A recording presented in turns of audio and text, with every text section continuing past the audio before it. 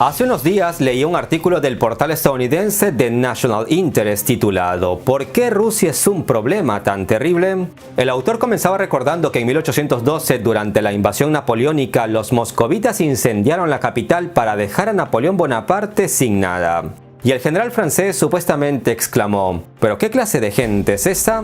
El autor del artículo parece criticar este accionar de los rusos y hasta da la impresión que a su criterio, los rusos debieron rendirse ante Napoleón y dejarlo que él los conquistara.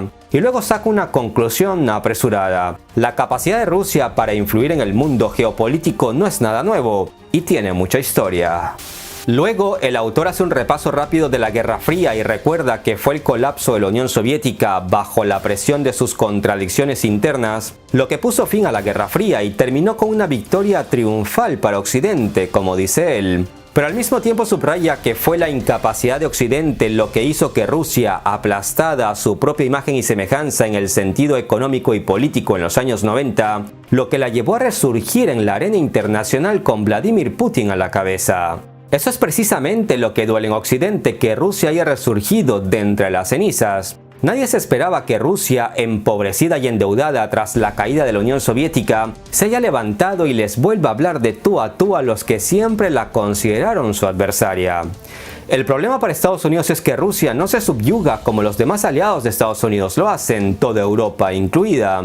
Por eso consideran a Rusia como una piedra en el zapato, ya que es capaz de sacar todos los trapos sucios occidentales a la luz, del mismo modo que Occidente ha sido capaz de sacar todos los trapos sucios soviéticos y rusos. Nadie puede negar que Rusia está estrechamente vinculada con todos los principales actores geopolíticos del mundo. Rusia es importante para Alemania, que es el país más poderoso de la Unión Europea. Los alemanes quieren completar la construcción del gasoducto Nord Stream 2, como lo hablábamos en el video anterior, porque es de gran importancia para la economía alemana. En teoría, los alemanes pueden recibir gas natural a través de otros gasoductos, pagando tránsito a terceros países. También puede comprar gas a Estados Unidos, pero los alemanes prefieren el gas ruso suministrado por el Nord Stream 2, porque por un lado es más barato y por otro no dependerán de terceros. Sin contar el hecho de que este gasoducto estabiliza las relaciones políticas de Alemania con Rusia. Y eso es justamente lo que duele en el corazón de Washington. Estados Unidos, con Biden a la cabeza, se está engañando a sí mismo al creer que Rusia es una potencia que se debilita y que no necesita negociar con ella como lo están haciendo los alemanes. Hay suficiente verdad en esta hipótesis estadounidense como para creerla, pero tras un examen detenido resulta ser errónea. El poder de Rusia a estas alturas es algo que no se puede no reconocer.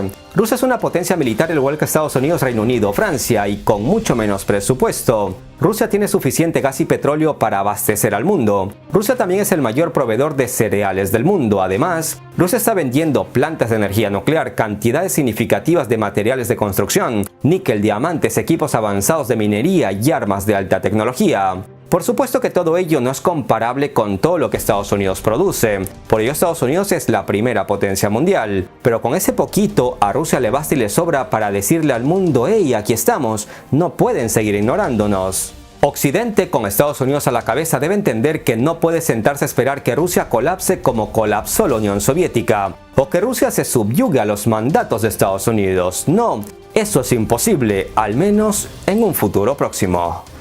En la actualidad, las relaciones entre Estados Unidos y Rusia son particularmente volátiles. También hay que tener en cuenta que la OTAN no ha cumplido con sus promesas y puso nerviosa a Rusia cuando incluyó hace unos 15 años en la alianza militar a 3 países bálticos, Estonia, Lituania y Letonia, que dicho sea de paso, en su tiempo formaron parte de la Unión Soviética y cuyas fronteras están peligrosamente cerca de San Petersburgo y Moscú.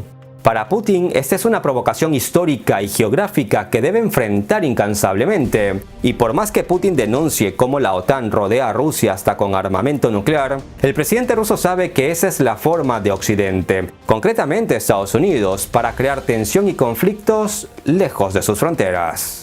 Además existe el conflicto ucraniano, donde la mano negra de Estados Unidos no necesita ser demostrada porque interfieren ahí de manera abierta y descarada. Pocos entienden que Rusia quiere que los países que alguna vez formaron parte de la Unión Soviética, como Ucrania, Georgia, Estonia, Lituania o Letonia, dejen su resentimiento por el legado soviético y le echen la culpa a Moscú de todo lo ocurrido en este oscuro y negro pasado. ¿Por qué a usted le cuesta tanto decir disculpen por la ocupación? Si usted lo dijera, nosotros podríamos vivir juntos muy bien.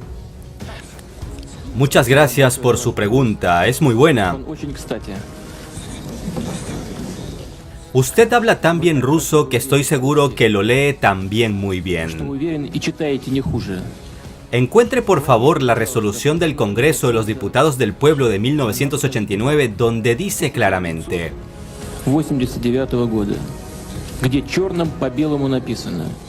el Congreso de los Diputados del Pueblo condena el pacto Molotov-Ribbentrop y lo considera jurídicamente insostenible, ya que no reflejaba la opinión del pueblo soviético, puesto que era un asunto personal entre Stalin y Hitler. ¿Qué más se puede decir con mayor precisión y claridad sobre este tema? ¿O usted quiere que hagamos esto cada año? ¿Qué más a su criterio es necesario decir? Creemos que este asunto está cerrado. No vamos a volver a discutir este tema. Se lo trató una vez y ya está. Es suficiente. Ahora, en cuanto a la ocupación, en 1918, como resultado del Tratado de Paz de Brest, se llevó a cabo un acuerdo entre Alemania y Rusia. Y Rusia transfirió parte de su territorio bajo el control de Alemania. Y fue así como se dio inicio a lo que hoy es el Estado de Estonia. Y en 1939 se celebró otro acuerdo entre Rusia y Alemania, donde Alemania devuelve a Rusia este territorio. Así, en 1939, Estonia empieza a formar parte de la Unión Soviética. Que si esto fue bueno o malo, ahora no vamos a hablar de esto es historia. Creo que esto fue un acuerdo en el que participaron pequeños estados y pequeñas naciones. Por desgracia, estas eran las realidades de la vida de aquel entonces. Realidades como el colonialismo llevado a cabo por los países europeos o el uso de esclavos en Estados Unidos. ¿Y qué? ¿Debemos ahora permitir a los muertos que nos agarren por el brazo y nos impidan ir hacia adelante? Así que si en 1939 los países del Báltico se convirtieron en parte de la Unión Soviética, la Unión Soviética en 1941 no pudo de ninguna manera ocupar estos territorios porque ellos formaban parte de la Unión Soviética.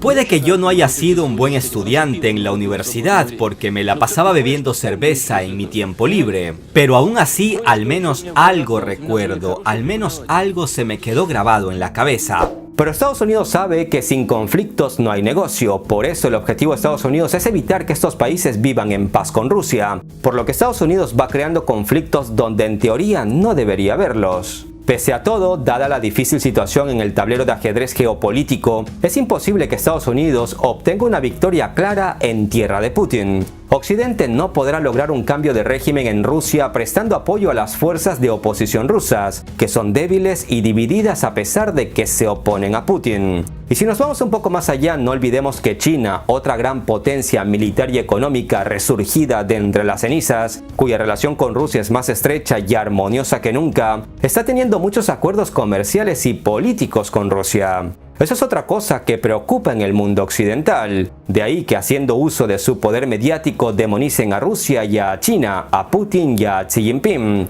Esto me recuerda a cómo Putin contestó en diciembre del 2020 una pregunta de un periodista británico que, por cierto, habla un ruso bastante fluido. Escuchemos con atención la pregunta y la respuesta. Steve Rosenberg, BBC News. Señor presidente, la frase Nueva Guerra Fría se escucha cada vez más en relación con Rusia y Occidente. Y escuchamos cómo Rusia culpa regularmente a las fuerzas externas de esta tensión. Primero Estados Unidos, luego Reino Unido, luego la OTAN. Pero, habiendo estado usted en el poder durante 20 años, ¿no cree que usted tiene al menos una fracción de responsabilidad por el estado deplorable de estas relaciones, especialmente en el contexto de las acciones de Rusia en los últimos años, como la anexión de Crimea? ¿Es que acaso las autoridades rusas son blancas y esponjosas, son unos angelitos? Si somos unos angelitos o no, comparado con ustedes sí, lo somos. Somos blancos y esponjosos, somos unos angelitos. Porque acordamos liberar a aquellos países y pueblos que querían desarrollarse independientemente de un determinado dictado soviético. Y ellos son libres. Hemos escuchado garantías de que la OTAN no avanzaría hacia el este, pero ustedes no han cumplido con sus promesas. Sí, estas promesas no fueron escritas, fueron promesas orales, incluso por parte de la OTAN, pero no han cumplido con sus promesas. Ha habido 2 oleadas de expansión y la infraestructura militar de la OTAN se está acercando a nuestras fronteras. ¿Acaso no tenemos el derecho de reaccionar ante esto? ¿Acaso fuimos nosotros los que nos retiramos del tratado de misiles antibalísticos? No, no fuimos nosotros. Pero nos hemos visto obligados a responder creando nuevos sistemas de armas que detengan nuestras amenazas. Luego, nuestros socios occidentales se retiraron del tratado sobre misiles de corto y mediano alcance. ¿O fuimos nosotros los que nos salimos? No, no fuimos nosotros, fueron nuestros socios estadounidenses. En consecuencia les dijimos, bueno, no produciremos ni desplegaremos tales armas hasta que las armas estadounidenses no aparezcan en Europa. Pero nadie nos responde nada, nadie reacciona ante nuestras propuestas. Luego los estadounidenses se salieron del Tratado de Cielos Abiertos. ¿Qué debimos hacer nosotros? ¿Qué debimos nosotros hacer al respecto? ¿Debimos seguir cumpliendo con el tratado sin Estados Unidos? Pues no, porque entonces ustedes, Reino Unido, al formar parte de la OTAN, podrían seguir volando sobre Rusia y transferir todo a nuestros socios estadounidenses. Pero al mismo tiempo nosotros estaríamos privados de volar sobre el territorio estadounidense en concordancia con el tratado. Escuche, ustedes son personas inteligentes. ¿Por qué entonces creen que nosotros somos idiotas? ¿Por qué ustedes creen que no somos capaces de analizar y mirar este tipo de cosas tan elementales? El Tratado de Cielos Abiertos entró en vigor en el 2002 y está formado por una treintena de países, especialmente por aquellos que jugaron algún papel durante la Guerra Fría. Por supuesto, el tratado incluía a Rusia y Estados Unidos. El principal objetivo es asegurar que un país no esté preparando ataques militares contra otras potencias militares. Esto se logra gracias a que, como su nombre lo indica, Tratado de Cielos Abiertos, los países que forman parte pueden establecer un programa de vuelos de reconocimiento aéreo, sin armamento, claro, sobre el territorio de todos los países participantes para mejorar la confianza de todos los miembros del tratado. Al permitir verificar los movimientos militares de otros países desde el cielo, era considerado como uno de los mayores esfuerzos internacionales en pos de la transparencia militar y el enfriamiento de la carrera armamentista. Digo era porque Estados Unidos se retiró de este tratado durante la era Trump, y luego en Washington se enojaron cuando Rusia también se retiró en enero del 2021, porque como lo explicaba Putin, si Rusia no se salía, debía permitir a los aliados de Estados Unidos seguir recopilando información militar rusa.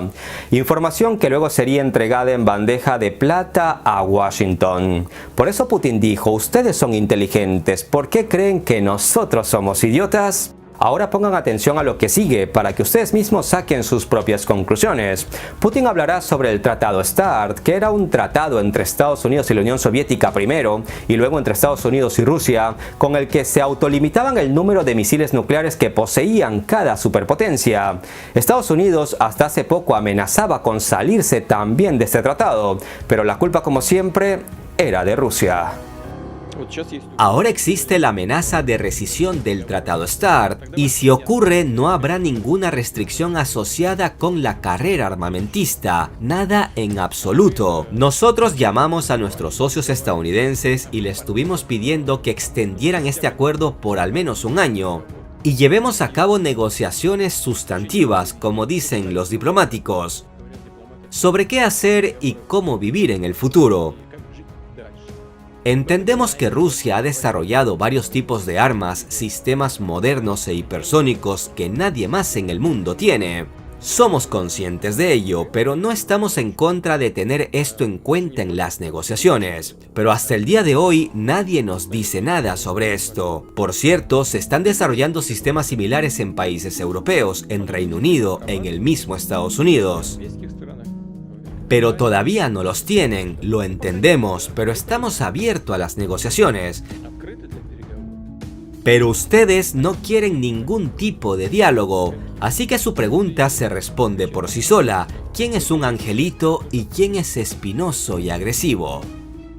Afortunadamente, Estados Unidos y Rusia llegaron a un acuerdo hace poco sobre el armamento nuclear y en febrero del 2021 prorrogaron el nuevo Tratado START por 5 años, es decir, hasta el 2026. Pero para entender un poco más la postura rusa en la arena internacional, hace falta recordar un par de datos más. No se los expreso yo, prefiero que sea el mismo presidente ruso quien se los explique.